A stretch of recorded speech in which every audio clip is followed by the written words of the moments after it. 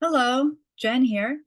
For this assignment, I chose to talk about one of my favorite books, which is The Dharma Bums by Jack Kerouac. This is how it exemplifies a human truth, which is our need to push boundaries and explore new things. It was published in 1958, 1 year after his most famous book, On the Road. And The Dharma Bums is about a period in Kerouac's life where he struggled to reconcile his love for the mad energy and chaos of living in the city with his friends and his need for the serenity of living alone in nature. He goes from basically hanging out in San Francisco and having crazy parties all night to living in a shack at the top of a mountain. The book's narrative becomes a parable of our human need to find new ways of looking at the world and challenging the status quo. And I first picked up this book in my 20s, and I could really identify with the narrator's need to step away from the 9 to 5 world and find his own path. I still like to read it when life feels like it's getting into a rut with work and everything. And I feel like I need to just renew a sense of wonder in everything around me. The protagonist in the Dharma Bums is a young writer whose name is Ray Smith. He's also Jack Kerouac's alter ego.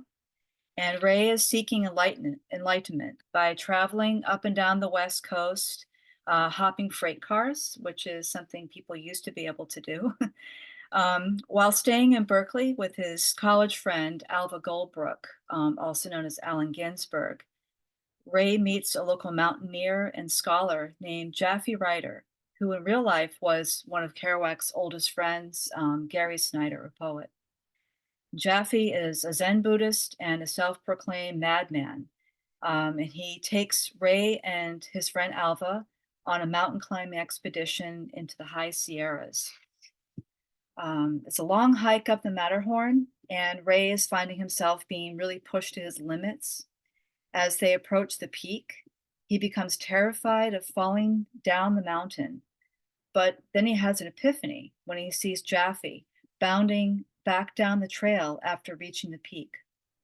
Ray realizes his fears are self imposed and an illusion, and one cannot actually fall off of a mountain.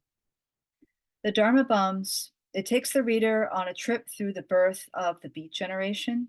And as we experience through Ray, there's an exhilaration of witnessing Allen Ginsberg's epic poem, Howl, and it's being read to the public for the first time.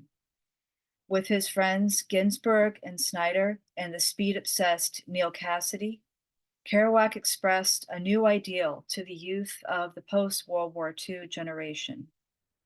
His quest for inner truth and his bemusement at the facade of 1950s conformist society inspired Kerouac's readers to push back at conforming to what was expected of them and to seek their own path. This same spirit of pushing boundaries is what drives the best brands. Like pushing oneself to climb to the very top of a mountain. It can be hard, but reaching the peak is also exhilarating. Many innovative and enduring brands like Apple began with a dissatisfaction with the way things were, and they broke through old ideas to create something new and inspiring.